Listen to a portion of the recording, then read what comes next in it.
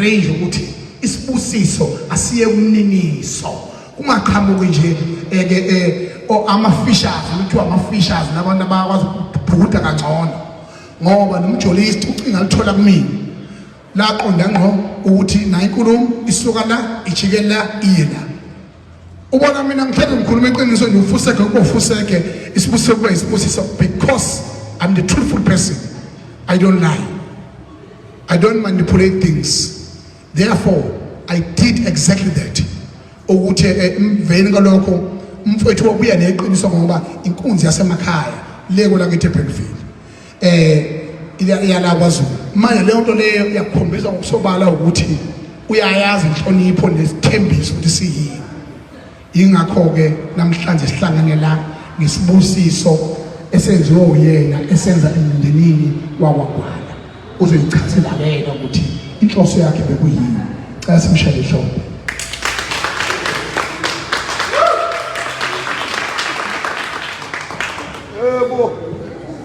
Siyabonga Mathumane. Ngeke ngibe mude ngoba vele ngimfishane ngokwesiko.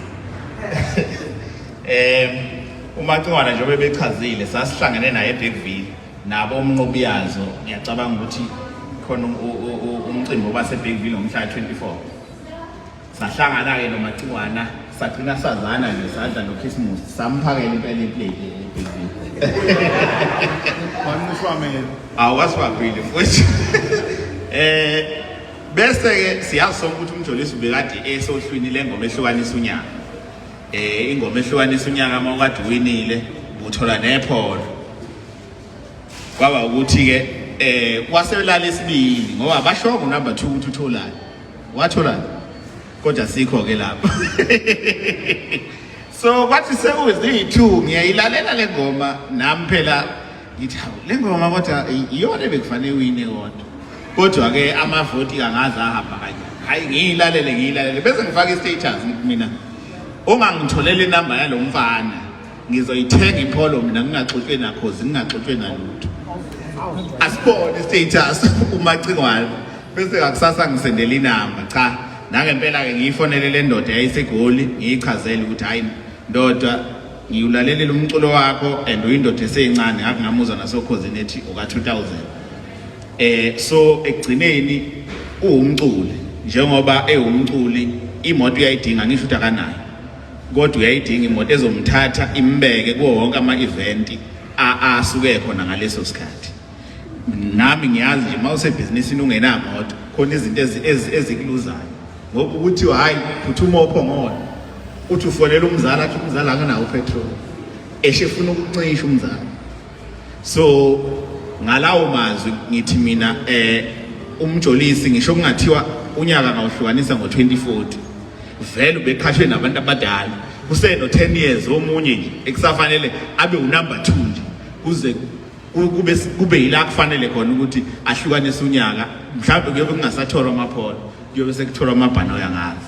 So ngaloko sithi siyabonga kakhulu kwethu qhubeka nomsebenzi ungadikubala ukuthi hayi ngoba ngunumber 2 sengiyome emarobotini ngikhangeze noma sengiyodla ama-drugs qhubeka nje ngelinye ilanga uzoba uyena unumber 1.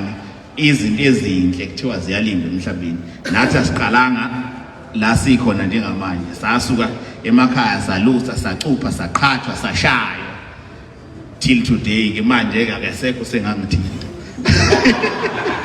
Hayi siyabonga bafowethu iloko nje esihlangene ngako namhlanje akukho kungaphekwa lokho ngiyabonga.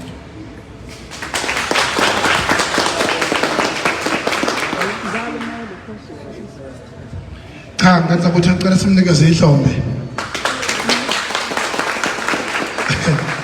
Ayo bakameya wasasakha impela asingeni thini unyaka ohlonisa ubani ngoba bekwenzeka uhlokane ngendlela esingeneme ngayo unyaka akusha lokho kodwa sizwe sikitazeka nje kulokho futhi lokho kungasho ukuthi ingoma yomfana emncane ngaka nenhlonipho yakhe ngoba ungene phakathi kweinkunzi leyo nto le ngicela nimshade ihlombe unayo inhlonipho. Uyasho ukuzala abazali bangempela ngicela bakuthi ningame nomona bavezele abazali bakamjolisi kade bafihlile nazi ya uzala abazali ababazi ukuthi benza ukhuliseke kahle umntwana futhi ngaphansi kwenkolo yobuNazaretha kaGebhombana amanzi ngola semizume thuba besaba basemhlabeni abasozule bafezele idingo manje athebene njengomtshonyama wela mayelelo ngqola saphakameni umzaba ngawudabuka kuyodabuka umlomo yabo simangayidwele ngenambuzeli umlamo ngodwa nosuku ukhulume nasembili umlomo uyavunana ngambili umbombela isitimo lasamampondo wasuka le intaba zo Free State wazofika lapha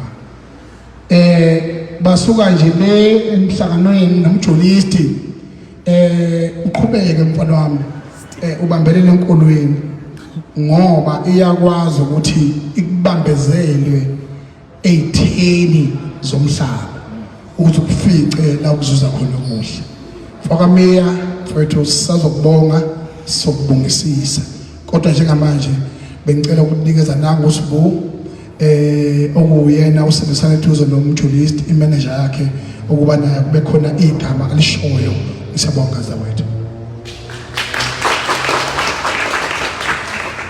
Sanibonani. Igama uSibu imanager kaMjulisi. Njengekhampani iCollab Entertainment sicela ukubonga ubaba uMiya ngasenzele kona ayisho likhulu ukuthini wathi maye ngithinta umjulisi ethi nazi indaba lamphathi ngathi mina hayi angizwa kahle leyo nto leyo uyakupha noma uyakuboleka noma sophinde siyibuyisele uthini umfana wathi hayi cha uthi cha uyangithengela impela cash hawu ngabonga nami hayi mase ngiyilandela indaba yakhona ngiyeza ukuthi cha icingwane likhona phakathi kwaba icingwane lathinta lanikeza ubhuti inamba icingwane ngiyabonga kakhulu kube umunye umuntu ngabe awukwenzanga lokho wathi hayi ungamnikezi lo mfana loyo umnikezelana yabo kodwa nje bonga kubantu abavotile for umjolisi saze zathola number 2 sibonge kubaba Miya hayi usenzele wona bhuti izandla edlula ikhanda siyabonga